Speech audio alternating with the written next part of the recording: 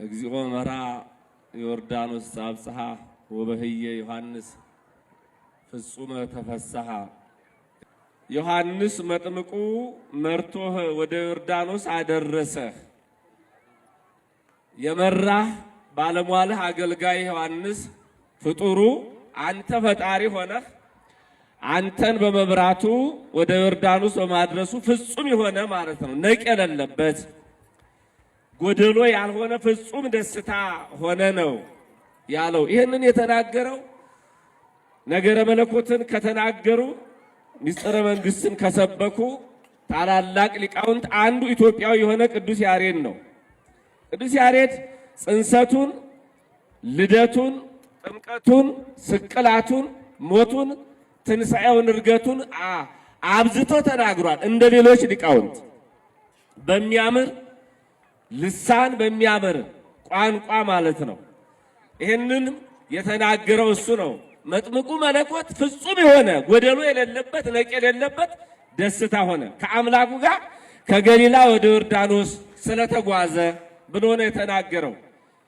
እኛም ዛሬ ይሄ ቦታ በ1853 ዓመተ ምህረት ታሪክ የተሰራበት ታላቅ ቦታ ነው። እዚህ ቦታ ላይ ታቦታት በእንዲህ አይነት ሁኔታ መክበር የጀመሩት በ1883 ዓመተ ምህረት ነው። እንደ እንግዳ ደራሽ እንደ ውሃ ፈሳሽ አይደለም። ያለ የነበረ የተቆጠረ የተሰፈረ የተለካ ሃይማኖታዊ ትውፊት ያለበት የበዓል አከባበር ነው እያከበርን ያለ ነው። በዚህ ቦታ ላይ ነው እኛም ዛሬ እንደ መጥምቀ መለኮት እንደ ቅዱስ ዮሐንስ ፍጹም የሆነ ነቅ የሌለበት ጥርጥር የሌለበት ጎደሎ ያልሆነ ፍጹም ደስታ ሆነ ነው በጋዲሎ ሜዳ ስናከብር። ዋዜማው ላይ ነው ያለነው። ዋዜማ ማለት መዳረሻ ማለት ነው። ለዋናው በዓላችን መግቢያ ነው፣ በር ነው፣ መክፈቻ ነው። የከተራ በዓላችን ትልቅ በዓል ነው። የዛሬ 1988 ዓመተ ምህረት ወደ ኋላ ዘወር ብለን በምድር ላይ ከተከሰቱት የእግዚአብሔር ታላላቅ ተአምራት አንዱ ልደት ነው፣ ጥምቀት ነው። ከዛሬ 1988 ዓመተ ምህረት ወደ ኋላ ማለት ነው በምድር ላይ ከተከሰቱ የእግዚአብሔር ጸጋዎች፣ በረከቶች፣ ስራዎች መካከል ልደቱን ጥምቀቱን የምናገኝበት ታላቅ በዓል ነው። በዚህ በዓል ላይ ሁላችንም እግዚአብሔር ፈቅዶልን ይችን ጊዜ ይችን ሰዓት ይችን ዘመን በእድሜያችን ላይ ተጨማሪ አድርጎ እንደ አስራት እንደ በኩራት ሰጥቶ ስላገናኘን ክብርና ምስጋና ይግባው። ሁላችንም እንደ መጥምቀ መለኮት እንደ ቅዱስ ዮሐንስ ከጌታ ጋር ተጉዘን ታቦታቱን አክብረን በዚህ በታሪካዊ ቦታ ታድመናል። ከቁጥር ሳንጎል እግዚአብሔር አድርሶናልና ስለማይነገር ስጦታው ክብርና ምስጋና ይግባው። ከተራ ማለት መሰብሰብ፣ አንድ መሆን፣ እግዚአብሔርን በጋራ በፍቅር ማመስገን፣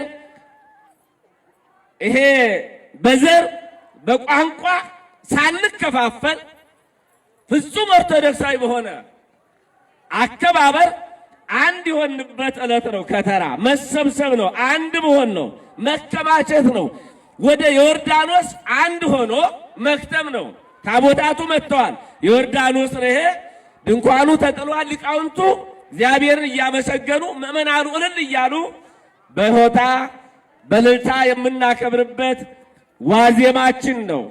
ይሄ ትልቅ በዓል ነው። መገለጥ ነው፣ መታየት ነው። የኢትዮጵያ ቤተክርስቲያን ሁለት የአደባባይ በዓላት አሏት። አንዱ ደመራ ነው፣ መስቀል ነው። ሁለተኛው ጥምቀት ነው፣ ከተራ ደመራ ነው።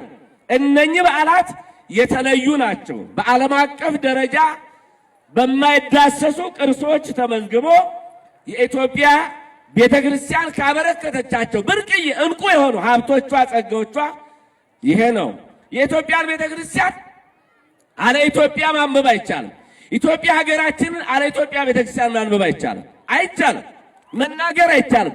ኢትዮጵያን መናገር፣ መግለጽ፣ ማንበብ የሚቻለው በኢትዮጵያ ኦርቶዶክስ ተዋሕዶ ቤተክርስቲያን ነው። በመላው ዓለም በሀገርም ውስጥ ከውጭው ዓለም ዛሬ የኢትዮጵያ ቤተክርስቲያን ከፍ ብላ በሰገነት ላይ የምትታይበት የምትገለጥበት የምትደምቅበት ዕለት ነውና እንኳን ለዚህ ታላቅ በዓል ሁላችንም አደረሰን አደረሳችሁ። የቃል ኪዳኑንም ታቦት ያከበራችሁ አባቶቻችን ስልጣናችሁን ይባርክላችሁ ይቀድስላችሁ። ለሕዝብ ለሀገር ለእናንተ በጸሎት በእንባ እንድታገለግሉ እግዚአብሔር አምላክ ይርዳችሁ።